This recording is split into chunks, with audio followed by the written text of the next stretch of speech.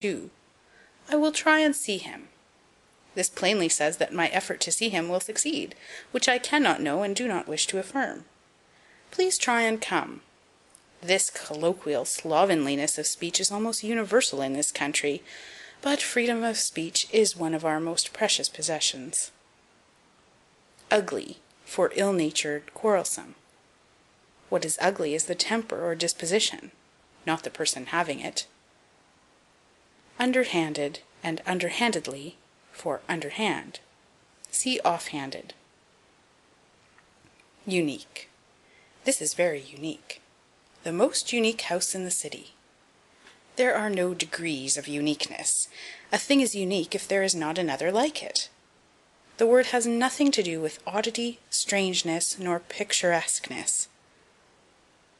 United States as a singular noun.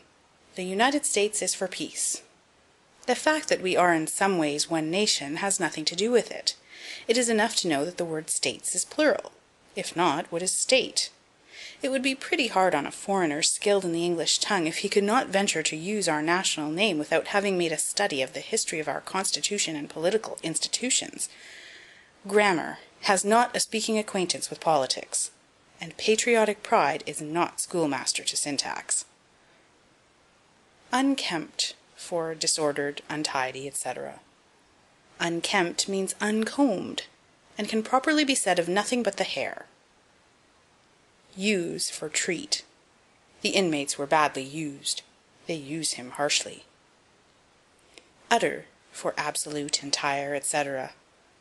Utter has a damnatory signification, and is to be used of evil things only. It is correct to say utter misery, but not utter happiness. Utterly bad, but not utterly good. Various, for several. Various kinds of men. Kinds are various, of course, for they vary. That is what makes them kinds. Use various only when, in speaking of a number of things, you wish to direct attention to their variety, their difference one from another. The dividend was distributed among the various stockholders. The stockholders vary, as do all persons, but that is irrelevant and was not in mind. Various persons have spoken to me of you. Their variation is unimportant. What is meant is that there were a small, indefinite number of them, that is, several. Ventilate, for express, disclose, etc. The statesman ventilated his views. A disagreeable and dog-eared figure of speech. Verbal, for oral. All language is verbal, whether spoken or written, but audible speech is oral. He did not write, but communicated his wishes verbally. It would have been a verbal communication also, if written. Vest, for waistcoat. This is American, but as all Americans are not in agreement about it, it is better to use the English word. Vicinity, for vicinage or neighborhood. He lives in this vicinity. If neither of the other words is desired, say, he lives in the vicinity of this place, or better, he lives nearby. View of. He invested with the view of immediate profit. He enlisted with the view of promotion. Say, with a view to. Vulgar, for immodest, indecent.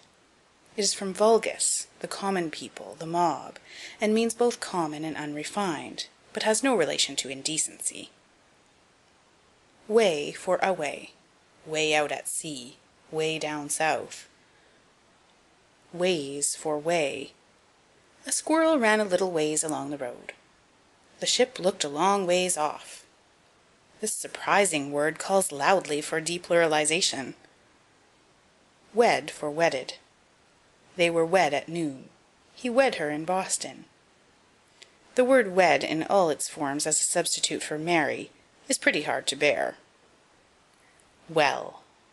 As a mere meaningless prelude to a sentence, this word is overtasked. Well, I don't know about that. Well, you may try. Well, have your own way.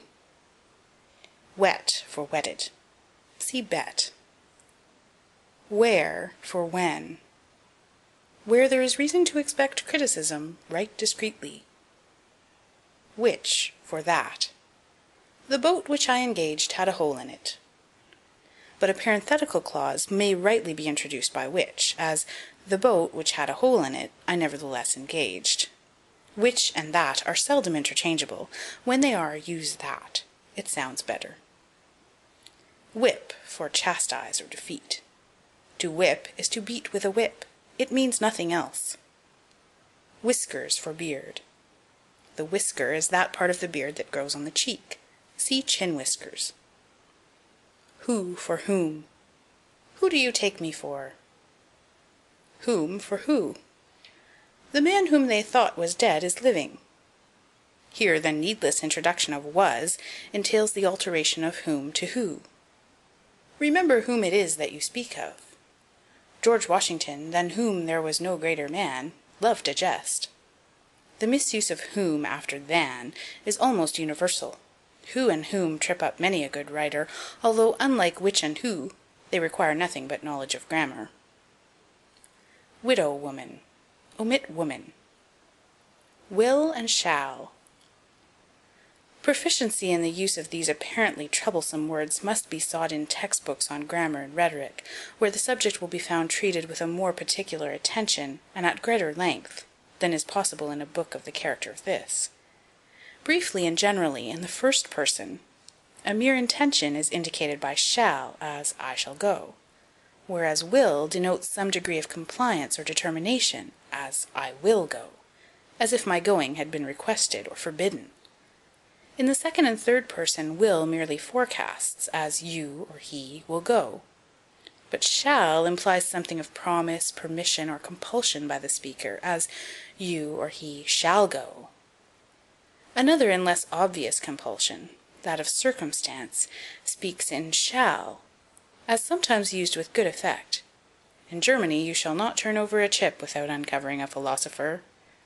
The sentence is barely more than indicative, shall being almost but not quite equivalent to can. Win out. Like its antithesis, lose out, this reasonless phrase is of sport, sporty. Win for won. I went to the race and win $10. This atrocious solecism seems to be unknown outside the world of sport, where may it ever remain. Without for unless. I cannot go without I recover. Peasant ease. Witness for see. To witness is more than merely to see or observe, it is to observe and to tell afterward. Would-be. The would-be assassin was arrested.